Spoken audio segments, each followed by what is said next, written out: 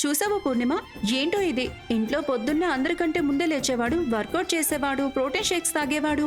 ఈ రోజు తను 8:30కు లేచాడు, అది కూడా ఆవలించుకుంటూ వస్తున్నాడు.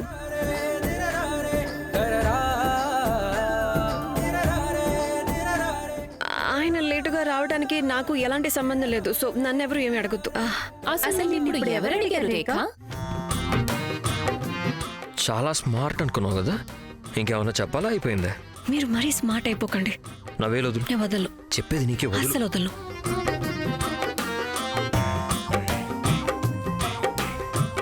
ఏంటమ్మా, ఈ రోజు మాకు తినడానికి ఏమైనా పెడతారా లేదా?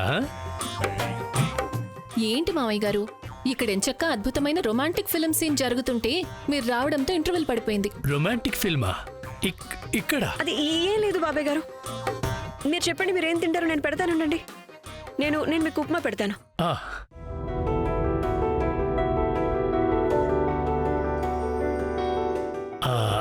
Thank you.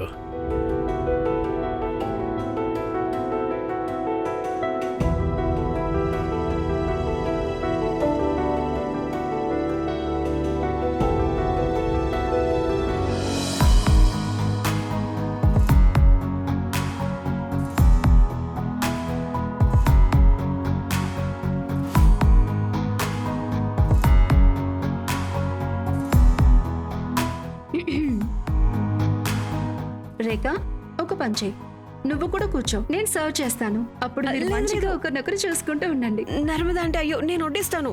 నర్మదా అంటే నేను వడ్డిస్తాను, ఏం పర్వాలేదు.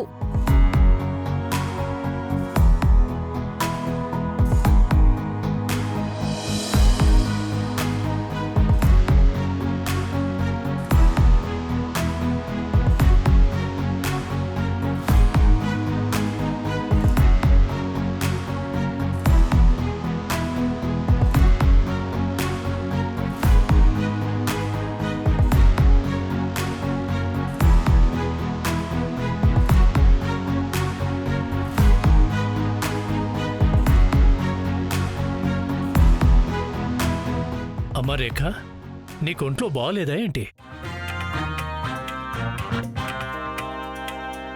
అవును మావయ్య గారు, అది మన రేఖకి గుండె జబ్బు మొదలైంది.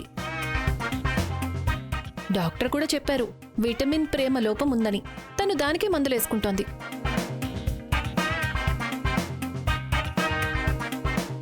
లేదు లేదు బాబాయ్ గారు, నేను బానే ఉన్నాను. పూర్ణిమ వదిన, నర్మదా ఆంటీ, మీరిద్దరు నా వెంట ఎందుకు పడుతున్నారు? మేము నీ వెనక ఎక్కడ పడ్డాము? మేమేదో నేనేమైనా చెప్పానా ఏంటి?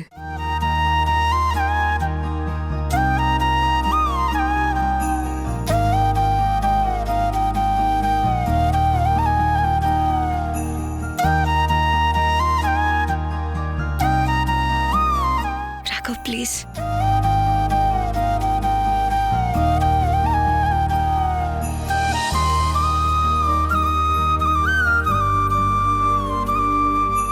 అరే పిల్లలు, మీరిద్దరూ ఏం తినట్లేదేంటి? తినండి. రేఖ తినమ్మా.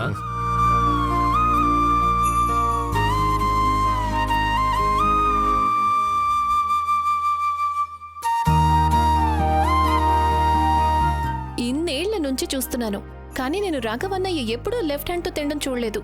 అంటే ఎక్స్పెరిమెంట్ చేస్తున్నాను.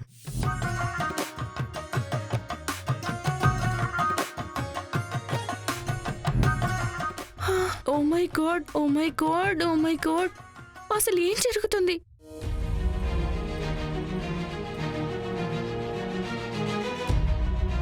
భగవంతుడా, హ్యాండ్ ఇన్ హ్యాండ్.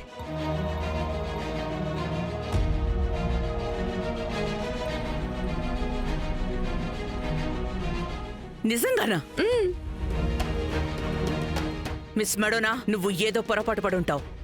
ఎందుకంటే నీ బుర్ర చాలా ఫిల్మీ కాబట్టి. నువ్వు టీవీలో ఏదైనా సినిమా చూసుంటావు. హీరో హీరోయిన్ల స్థానంలో నువ్వు రాఘవని, రేఖని ఊహించేసుకుని ఉంటావు. లేదత్తయ్య గారు, నిన్ను స్వయంగా నా ఐస్తో చూశాను. ఒకరి కళ్ళతో ఒకరు చూసుకోవడం, ఒకరికొకరు దగ్గరవ్వటం, ఒకరినొకరు మాటి మాటికి. ఇదేంటి? ఇదే పింకీ ప్రామిస్. పింకీ ప్రామిసా? ఇది పక్కా సైన్ ఐ లవ్ యూ అని చెప్పడానికి. మీరేమో రేఖని ఇంటి నుండి అవుట్ చేయాలని ప్లాన్లు వేస్తున్నారు, కానీ తను రాఘవరావు చేతిలో పర్మనెంట్ గా స్టిక్ అయిపోయింది. ఇప్పుడు ఏం చేస్తారు మీరు? టైం ఎప్పుడు ఎలా మారుతుందో ఎవరూ చెప్పలేరు. పైగా గాలి మళ్లించటంలో నేను దిట్ట. అది బాగా గుర్తుపెట్టుకో. అంటే ఏంటి? అంటే ఓవర్ యాక్టింగ్ అవుట్. నీ పని అయిపోయింది, నువ్వింక వెళ్ళొచ్చు. కానీ నన్ను ఒంటరిగా వదిలేయ్. అలాగే అత్తయ్య గారు.